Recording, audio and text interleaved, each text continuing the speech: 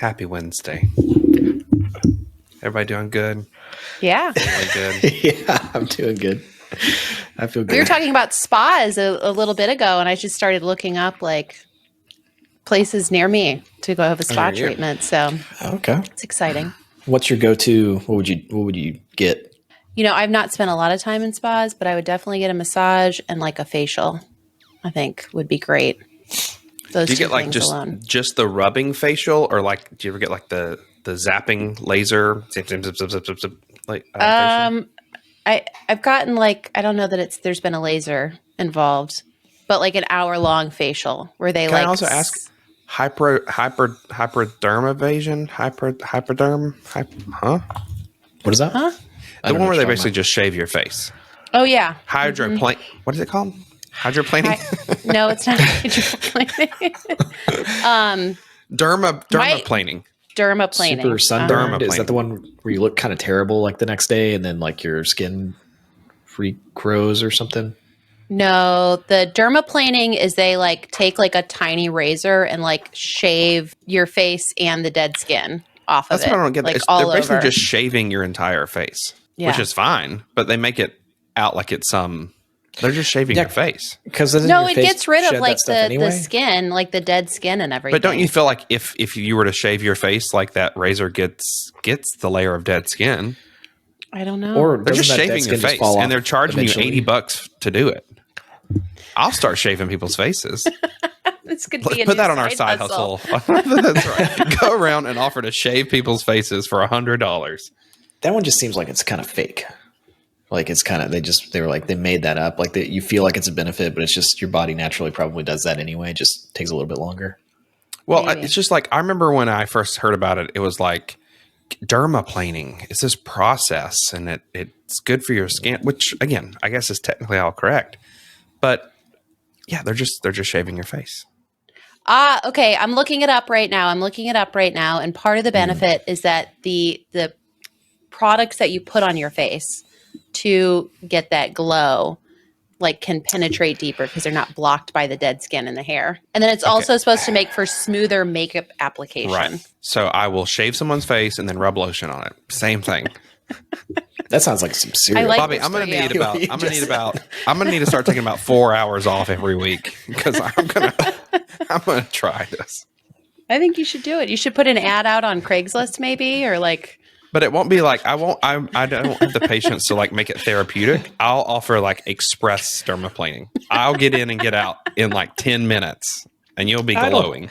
I could see you. No, I can't see that. I could. You're a very hospitality minded person. I think you would still find a way to make it. You'd have some like herb infused water for them. Yeah, there's no way it's just an in and out kind of thing. I think that's true of me in some senses, but I've thought in the past like I could never be a technician, like a massage or nail or any of these things where you like have to spend an hour giving someone a service. I don't think I have the patience for that. I could like try and run a place like that, but I don't feel like I'd be a good technician. I can't feel like you entertain someone for an hour. You just have to listen to people. Like when I go to when I went and got my hair done and it turned into a nearly 4-hour appointment, it was like a nearly 4-hour therapy session too. Yeah, you know, like it was just like you're sitting and talking to this person about all the drama that's going on in your life. And so you just have to be a good listener. Like what were you telling them? Well, I mean, I work with like a few people who are just really giving me a hard time. Your job's dope. Stop it. Just kidding. No. I mean, you know, you just talk about stuff. You talk about anything, everything. Wow. You've said nothing. I'm not going to tell you what my therapist and I talk about. Yeah, your therapist being the hair technician. Right? Yes, exactly. Oh yeah, well, for those of you watching the video version of this podcast, Ariel she's jumped off of a cliff and landed in some ketchup manufacturing. I feel oh my God, I feel like her dyeing her hair has affected you more than me shaving my head. Like I feel for people who are listening to this podcast, though, if you're listening, I used to have brown hair, now I have red hair, so not everybody's a viewer. Yeah, it looks good. It's just, I don't know. You dyed we were talking about it, and you were like, "I'm either going to do some kind of gray streak thing or dye my hair a certain color." I will say, I am good color. If of the two options, I'm thrilled that you went with this one. I'm so happy that this makes you happy, because that's really what I wanted to do. I really wish you would have done the other one. That was a missed opportunity by you, Ariel. Yeah, well, but it looks good. Michael's just having a really hard time with it, and it's change is hard, Yeah, change is hard. It's like when your mom comes home and she's got a perm, and you're like, "You used to have straight hair." Wow, someone gets home, you just say facts, huh? The more I shave my head, the more I like it. It's so much faster. Like everything's easier, almost, minus the sunburns. That's a downside for sure. Is it evening out? Is the tan now evening out? Oh yeah. Does the top dome of your head match like your cheeks? I didn't actually have as much here of an issue with the back of my head was so white that it was like blue. I don't know how to describe it. It looked crazy. On our retreat, the first time Ariel met you was 2 days post shave, and it hadn't evened out yet. It wasn't even close. I feel like your head hadn't adjusted to the fact that it was shaved. It was a shock for sure. The problem is I'm really tan. I'm a very tan person, especially when we get into the summer. I've already got olives on the podcast. Well, it's not. I don't know if it's a good thing. I actually don't know if it's a good thing, because it could be bad for me eventually, because it causes me to not use sunscreen as much as I should and things like that. But my neck is super dark, and so my head was ultra white, and it was just at that intersection where the two met, it was really bad. So anyway, it's better now. My head's been sunburned 2 or 3 times now, which is not great. It's a weird feeling. It's just awesome. Everybody should try it at least once. I don't think so. Well, okay. Yeah, that's fair. Maybe if the red really starts to get on my nerves, I'll just shave it and, start over or something. I don't know if it's the same for women or not. Probably not. I don't know. I feel like it's probably a little bit more devastating for women to shave their head, if I had to guess. These are some deep thoughts. Well, I just, it's I think for a guy, it's a lot of guys are going to go bald anyway. So it's it's this inevitable thing that happens to most people. Like women, that shit doesn't happen very often. So I feel like a woman shaving her head is a very powerful thing. It's okay. I don't care. I'm going to do this because I want to.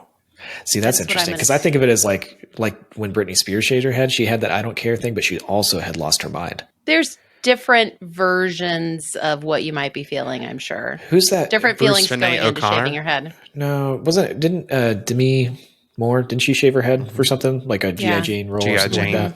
Mm-hmm. Yeah, that seemed like a power move to me. I know she did it for a role, but that was oh, okay, that's pretty badass. So yeah, I can see that too.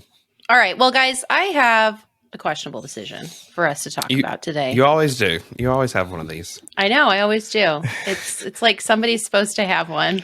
It's part of this. Thank you for always having one. You're welcome.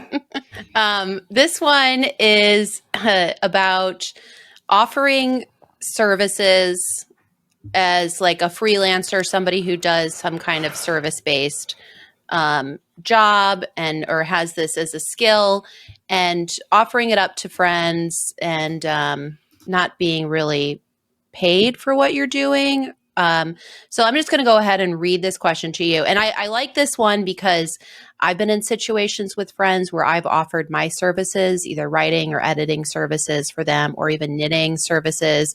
And maybe the two of you have had something similar. Hold on, you got that on a business card? Knitting What's service? A knitting service? Yeah, what does that mean? A knitting service, finishing your knits. So I've done this for people before where they knit all the pieces for a sweater and they don't want to sew it together. And they'll pay me to sew it together for them. It's like a rich person paying for some experience where, they want to build a bookshelf and they screw in the last screw after a carpenter's already done it. I mean, the times that I've done it, they have been for very wealthy people who've spent $500 on cashmere yarn for a sweater and then pay me $120 to sew it together. So it's fine with me. You're a knit. Why are you working for me? What are you doing? I don't know. Go do that. Travel the country, finishing people's knits. Holy crap! But yes, again, the idea that the reason this resonated was that, having had experience doing this kind of stuff with friends, and wondering if either of you have, and what your experiences are. But I'll read you the question.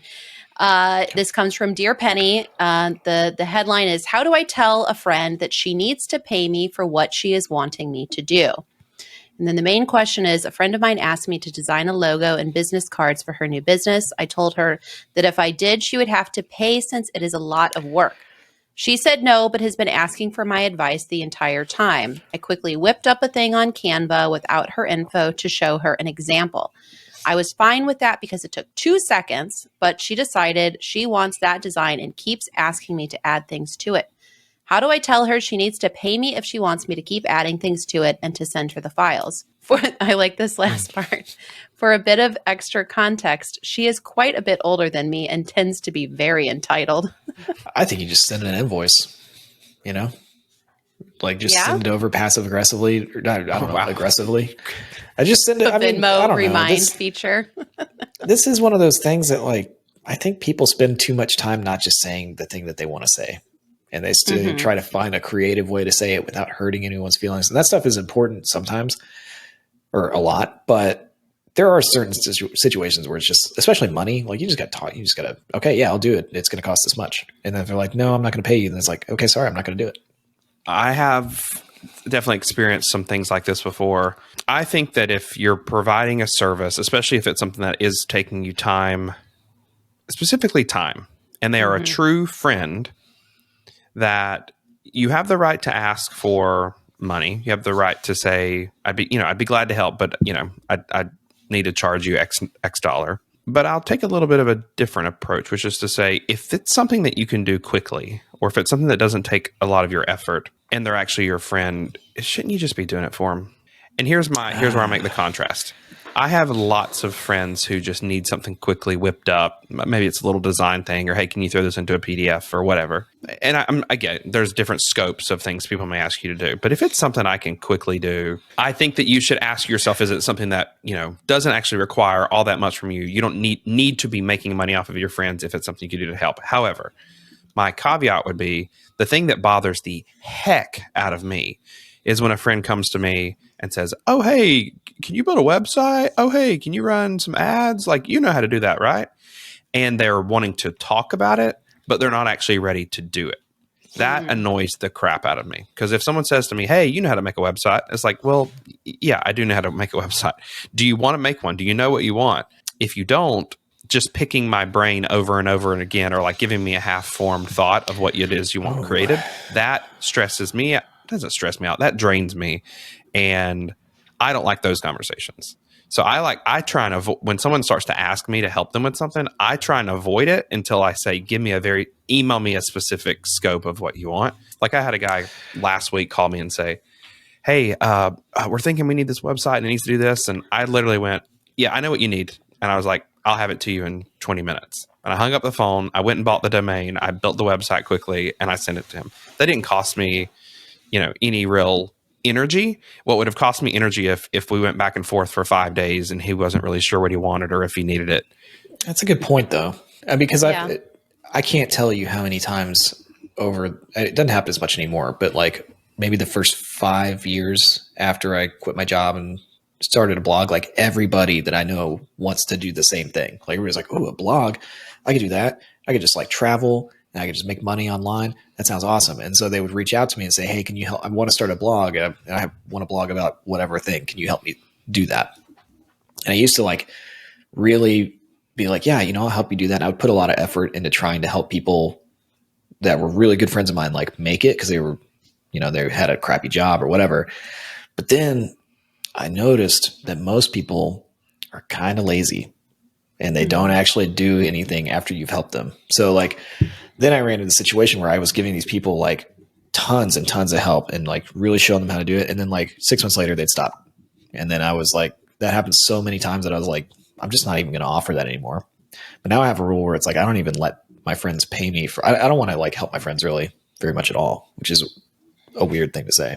Yeah. I've found myself not wanting, like it's not an ideal person to work with, your friend. Like keeping those things separate sometimes is best, especially if you have sort of softer skills like I do. Like I'm not like a paralegal where I have an hourly amount and I'm reviewing a legal document. A lot of my skills are softer and require some amount of creativity or like some kind of abstraction off of what it is the person's looking for.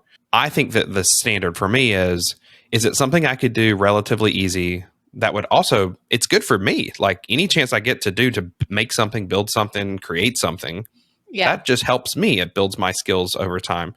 But also, is the person trying to take advantage of you? Do they actually just need help and they don't know where to turn to? And they're like, I need this. Can you help me? Or are they saying, I know you do this and I'd rather have you do it for free than go and actually pay for it? If someone's trying to take advantage of you, I think that's a completely different conversation. But I think the context was, is it a friend who needs help? If it's a friend who needs help your friend.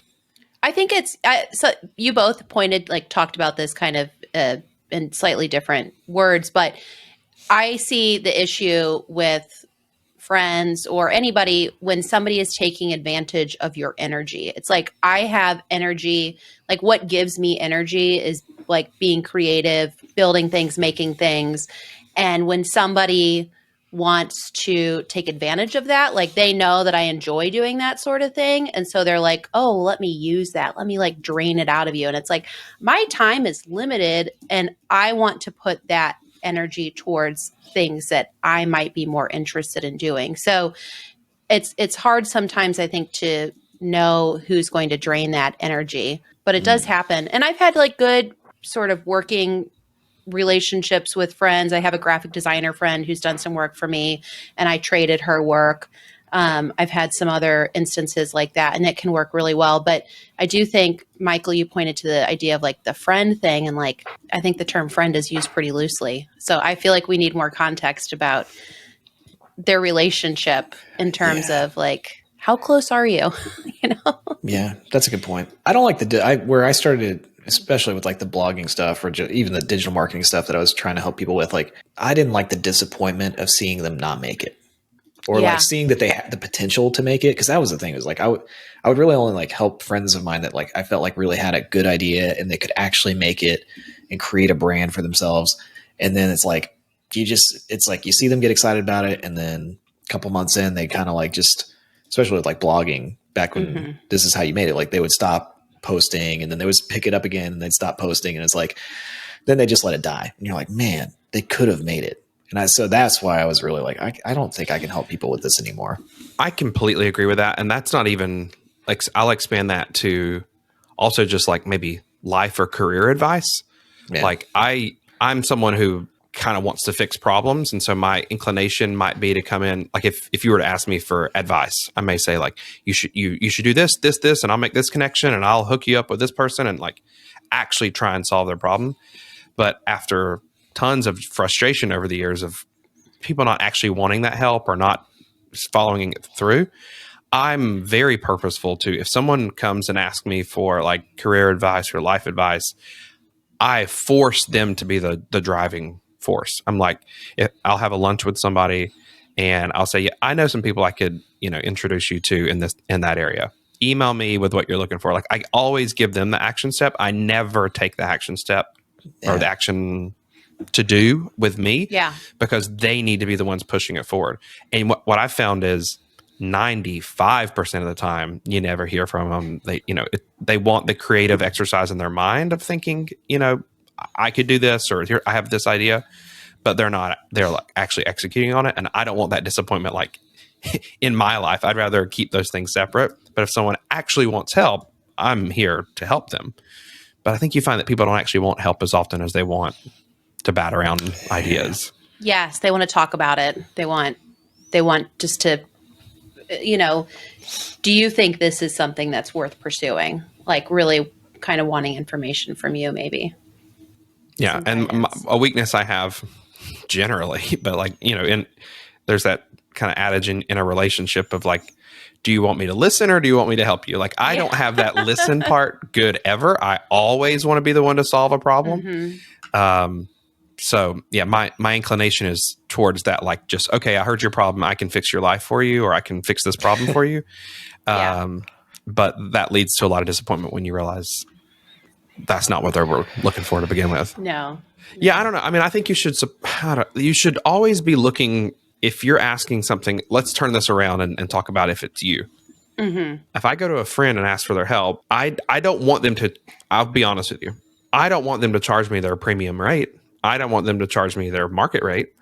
But I want to make it clear that I'm willing to compensate them somehow. Like I'm willing to pay money. I think there needs to be a balance when you go and ask someone for help, that you're willing to compensate them somehow for their time. And again, depending on the size of the scope and your relationship, maybe that's not even purely financial, but you don't want to take advantage of people. Yeah, like maybe let me take you out to dinner or something. Let me buy you a drink. Give him a bottle of wine. Oh, yeah. I feel like the person who wanted the services done maybe does not have any experience working a type of job where they've had some like freelance work, basically, where you charge an hourly rate or a retainer or something like that, or project rate. They don't have any experience with that. And so they maybe don't understand the value of this person's time. Like, could that be possible? Yeah, I'm going to be honest with you. If she just did this in a couple minutes, she is the a-hole here. I think she should give her friend the freaking files and be done with it. Again, you flexed your little creativity muscle. Yeah. It didn't take a lot of your time. Why are you trying to like milk money? Especially, you could have said at the beginning, like you just said, I could do it for you, but it's going to be $300. But she went and just did it quickly in Canva. And now you're wanting to like talk about money? No, yeah. I'm not a fan of this woman. I think that this is a bad person.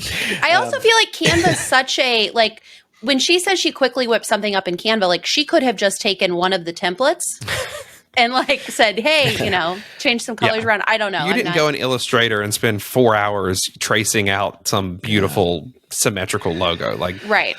I think she messed up by doing part of it for free. Like that's like you either do all of it or none of it.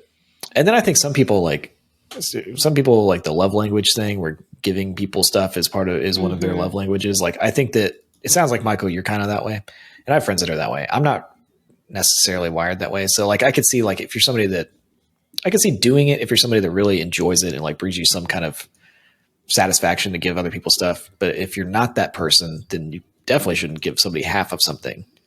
It's like, if you don't want to give somebody something, then like, don't do it at all. And then this is wild to me. Then you go through all that, you spend 5 minutes in Canva, you're doing this for a friend, and then you go and type all this up for an Ask article. Yeah, like, what kind of person is this? Yeah, this could be kind of an attention-seeking type of person, or just kind of a complainer, I guess. What if they don't really even like this friend? That is the other wild thing about, like, especially something like graphic design, is so many people think or can call themselves a graphic designer, especially when they just jump into Canva and do something. But like, there is likely an overestimation of the abilities here. That she's a graphic designer. Is she really? Is she like what kind of graphic? Yeah, I agree with that. I want to see some work samples. I want to see a portfolio. Yeah, I agree. Yeah. I like this turn that we took from like kind of feeling bad for the graphic designer. Like, well, that sucks that she's being taken advantage of. Maybe she shouldn't have like done anything, to like, wow, she is maybe a garbage person. Yeah. I didn't realize that she had done half of it though. Like, I just, that to me is, I don't know. That's kind of weak. Like, if you're going to do half of it, do the whole thing. Like, just what are you doing there? Like, she did it, and then was she like doing it, like creating a loom? Like, here, let me show you how easy it is to do this in Canva. Like, I'm trying to help my friend. Like, maybe she's trying to do that. Or was it some kind of like flex? Like, look what I could do if you paid me for this. Well, I think there's that calculation too, though. That's an interesting one where it's like, it might be faster to just do it really quick for somebody and it goes away after that. Right. I try not to teach people things like that anymore, because I've done that before, where it's like, here's a little video, here's how you do whatever on your website. And then that turns into another question and then another question. And then all of a sudden you're trapped. And it's like back and forth that you're not getting paid for. Right. So yeah, this person should have just done it. Probably. Yeah. If you can just do it and I can just bang that out real quick, you should just do it. That's my opinion. Go make your salary from like actually doing projects and throwing yourself into something that's going to take more time and effort. But don't try and like nickel and dime people who just need help. So it is a questionable decision to try and get your friend to pay you for this in this situation. If we're reading it the way we are reading it. If we're reading it the way that we've we've decided to. Forced it to be read. Before we wrap up, Bobby brought up love languages. What are your love languages? Come on, Michael. I don't know. I feel like we need to know this about one another. I think I did it a long time ago. What if I were to say physical touch? How would that possibly be real? It's not, however. Mine's acts of service. That's your number one? Do you get more than one? I feel like when I took the test, it kind of ranked them for you. I think mine is acts of service as well. Acts of service. And then if I had to pick a second one, I think it would be words of affirmation. My wife's is quality time. So that is you receiving love or giving love? Our language would be what we are receiving. Right. How does your wife speak to you in a way that you feel loved of the 5? It's which way do you receive love? Oh, I thought it's the way. Well, isn't it kind of an overlap between what you enjoy doing? You could be both. And what you like receiving? You could be both. I just know that I like doing things. Right. But what do you like it when Coral does? I think probably the same thing. And Acts then of service? It took me a long time to realize, like, we had to talk about this because she's not an active service type of person naturally. And I'm not a quality time type of person, but that's her number one. Like she wants to spend time. And so I didn't realize that for a long time. Mine are receiving gifts and acts of service. And Dakelin's is quality time. And that was lowest on my list. Yeah, the quality time one's hard. Did you get me anything? I gotta go.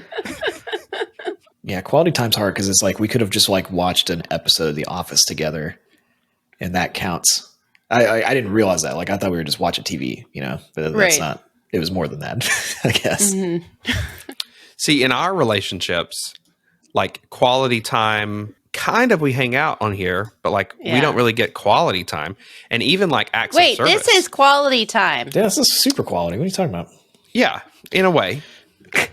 In a way, I agree. But like acts of service, that's not something that we can almost exhibit in any way, shape, or form. No, I think remote. We can.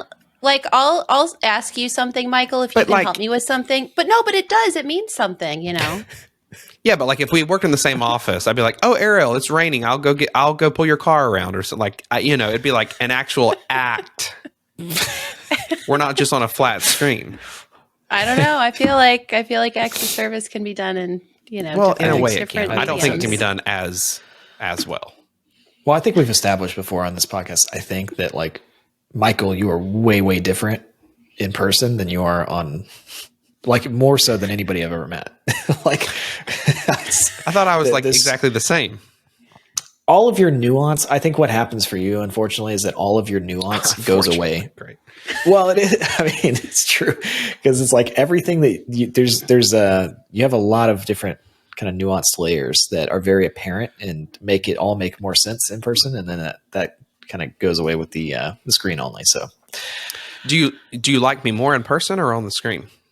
In person, 100%. Like that's not even a. I mean, I like you all the time, but you're easier to understand in person because there's a lot more going on than what people can see on the screen. Okay. Well, we need to get together more often. I know. That's why I'm trying to get us a central office in a location. Okay, so that's it. Thanks for listening. The number to text in, which we need more people texting in and giving us questionable decisions so that Ariel doesn't have to come up with them all the time before we jump on. That if you're listening right now, why aren't you texting us right now? Yeah. Like we do have listeners. Mm-hmm. I mean, we do. I see how many. Mm-hmm. Yeah. So like there's someone listening right now and they're saying, "Oh, not me." Well, why don't you just send it in? We'll talk about you like in 3 weeks. You'll hear your name. Or not your name. You tell us if you want us to use your name. We're open. Go down to the show notes. Get that number. Text us. Don't be scared. You're scared right now. Don't be. It's fine. Also, join our email list if you want to get rich. That's in the show notes. We'll just help you make more money. And we'll be back next week. Talk soon. Bye. Bye.